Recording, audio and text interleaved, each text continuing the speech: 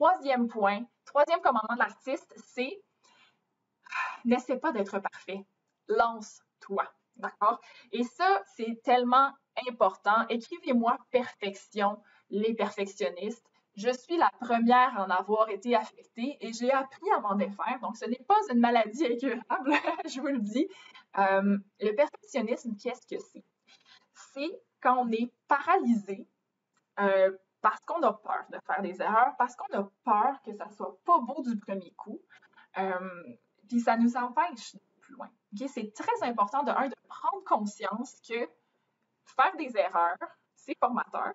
Les professeurs, on le sait, on apprend dans l'erreur. Okay? Donc ça, l'erreur égale croissance. Erreur dans le sens que tu essaies quelque chose, ça marche pas, ben tu viens de comprendre que ça marche pas. Tu adaptes ta stratégie, tu réessayes, ça marche encore pas. Tu viens encore de comprendre, tu réessayes, puis là, hop, ça commence à ressembler à quelque chose. Là, tu es en croissance. Là, tu es en train de le faire. Si tu te donnes droit à l'erreur, tu te donnes droit à croître. Et tu te donnes droit à la croissance. Donc, ça, c'est un très beau cadeau que tu peux te faire comme perfectionniste. On en a beaucoup dans le chat, je vois ça. C'est un très beau cadeau. Si tu te donnes droit de faire des erreurs, tu te donnes droit de t'améliorer. Et évidemment, si tu restes dans ta zone de confort, il n'y en a pas d'amélioration. Dans notre zone de confort, on refait toujours la même chose. Mais c'est pas très bien ça, parce que vous n'allez pas aller plus loin, puis à un moment donné, vous allez être tanné de faire tout le temps la même chose. Le meilleur remède que j'ai trouvé contre le perfectionnisme, c'est d'être très clair dans mon organisation du temps.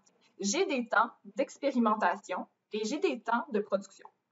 Donc, dans un temps d'expérimentation, c'est un moment qui est fait pour juste essayer des affaires, puis qui soit lettre, puis j'ai montré jamais à personne, OK? Puis c'est ça le but. Tu fais juste essayer. Puis c'est vraiment important de prendre le temps de faire ça parce que c'est ça les fondations qui fait qu'après ça, tu es capable de faire ta production. Ton temps d'expérimentation, il est fait pour tester, pour voir si oui ou non, pour t'adapter, puis corriger. Puis là, quand tu es rendu à ton temps de production, tu as de l'expérience derrière toi.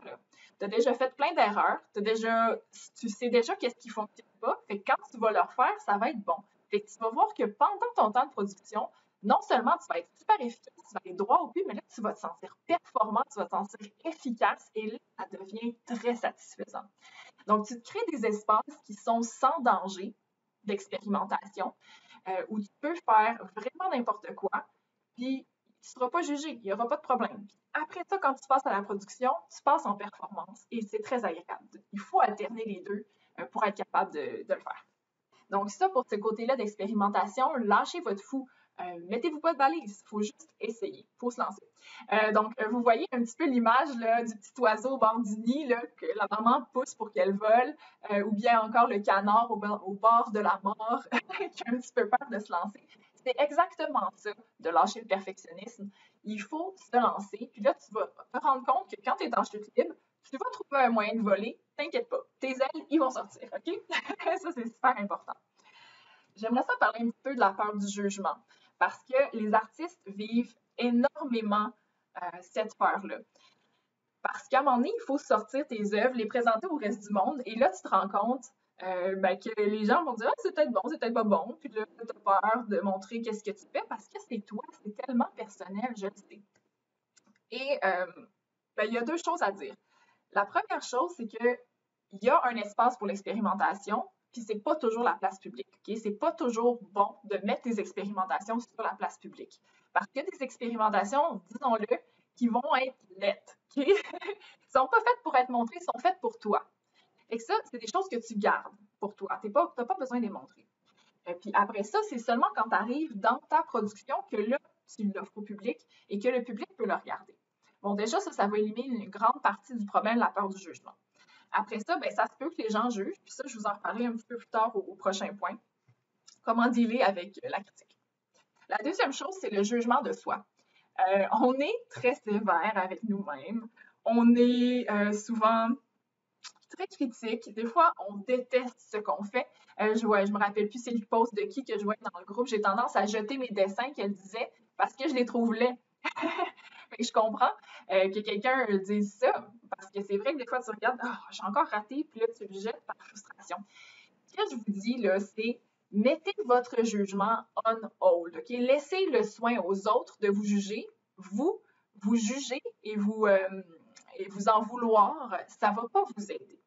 C'est vraiment important d'adopter pour vous une attitude de bon parent. Okay? Le bon parent artistique pour vous va vous encourager, va vous dire « Ah, tu t'es amélioré », va te dire « Continue, lâche pas, fais-en un autre ». Il va te dire « Oublie pas, il faut que tu fasses des heures à chaque 2-3 jours ». Puis ce bon parent-là va être réconfortant. Puis quand tu fais de l'art, si tu passes ton temps à détester ce que tu fais, c'est quoi les sentiments que tu mets en toi? Ben, c'est des sentiments de mépris, d'inconfort, de désagrément. Tu veux pas avoir ça en toi quand tu fais de l'art. Tu veux avoir un sentiment de libération, un sentiment de réconfort, un sentiment de découverte. Donc, arrête le jugement de toi, sois un bon parent pour toi, puis permets-toi, pendant que tu es en train de faire de l'art, de vivre une expérience qui est bonne, qui est agréable. Vous me dites si ça résonne avec vous, là, dans les commentaires, de s'aimer soi-même. En fait, l'art, puis accepter de le faire sans jugement, c'est s'aimer soi-même.